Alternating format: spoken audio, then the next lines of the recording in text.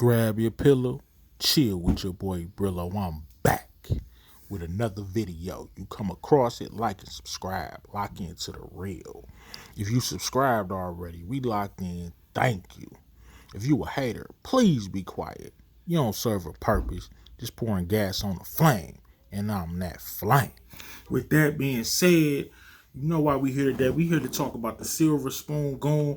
And I'm going to tell you why you need to put some respect on the white boy's name. Put some respect on Brayden's name. First, let me start by saying this. We got this misconception going around like you can only be a gangster if you from the hood. I'm here to tell you, I know plenty of dudes from the hood that's straight suckers. Don't got a gangster bone in their body, straight up suckers.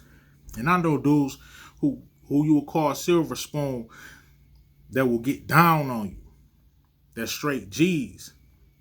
So it's not about where you from. It's about where you at, and it's about what you do.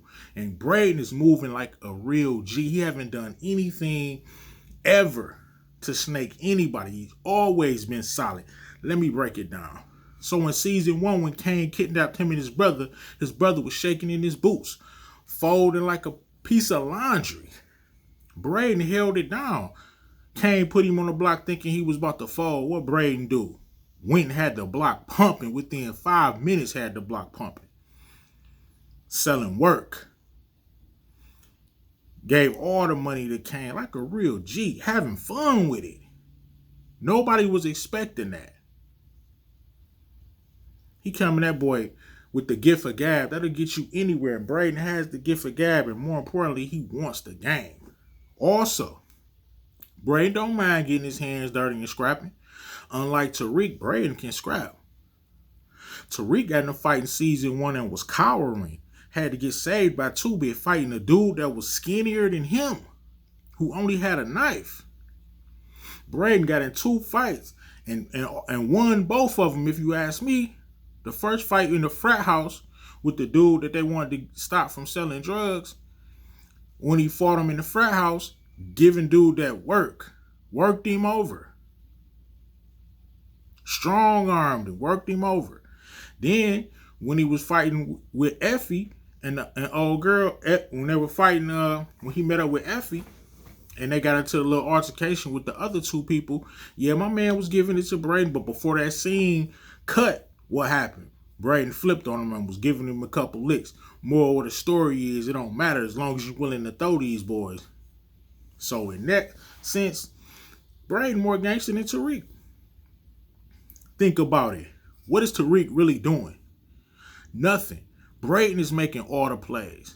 In the beginning, before they even had the Tejadas connect, Tariq was using his script connect to get his work off before he got the Monet plug.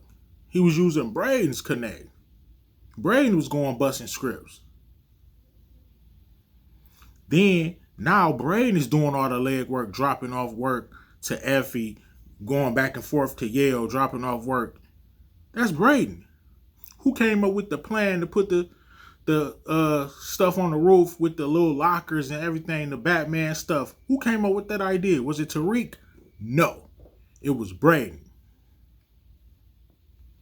Which brings me to this last episode when Brayden really showed his true colors. Okay, Kane wants him to be the driver. Okay, cool. Brayden's hungry to get in the game, adrenaline junkie. He wants Kane wanted to be the driver. Cool. So dude start pressing Brayden. Brayden didn't get shook. He laughing at this dude, saying little jokes. Yeah, I know Bobby, Ricky, saying New Edition names. Then Kane comes out and start busting.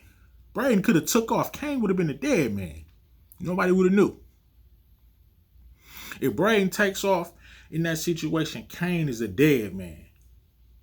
But he rides off. And is he shook? Is he crying? Is he asking Kane? No, he's not at all. He's laughing about it while getting bust at. That got me thinking, this boy a little off his rocker. I like this boy. Which brings me to the next scene, the jewelry store heist. They make the play for the jewelry store. They get in there. They doing they want to. The dude reached for his gun. What does Brayden do? Do he fold up? No, he squeezes on dude. And if Kane wouldn't have jammed that gun, that would have been Brayden's first body. He squalls on dude with no hesitation. and then hit him with the gun butt. Bop. Knocked him out. Held it down. Even Kane had to say you held it down. If Kane wouldn't have jammed that gun, Brayden would have caught a body. Brayden is the real G of this organization. He's harder than Tariq. I don't care that he's rich.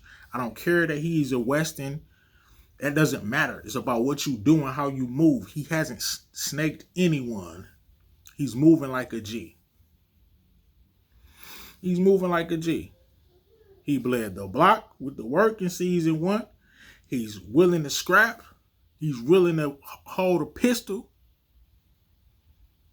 He's coming up with different ideas to make a play, and he wants the game more than anything else. He wants the game. Tariq is the one who's saying we don't want to go to the streets. Brayden like, hey, let's go. Let's bleed the block.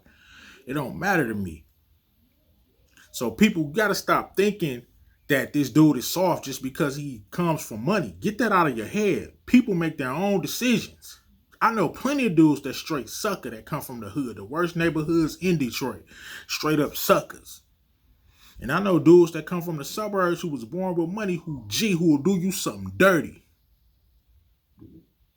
So get that out of your head. Okay, Brayden is a G. Brayden is doing all the leg work. He's back and forth with it, making plays.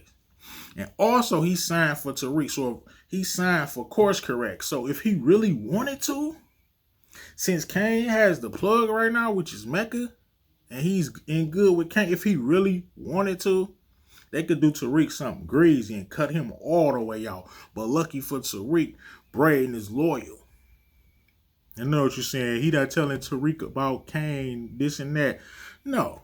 All the stuff that Tariq keeps from Brayden, like, no. You don't need to tell this man his whole life. Do Kane got his best interest? No, but I do think he's earning Kane's respect. He's doing something that Kane never thought he would. He's earning Kane's respect by moving like a real G. You cannot tell me Brayden is not more gangster than Tariq.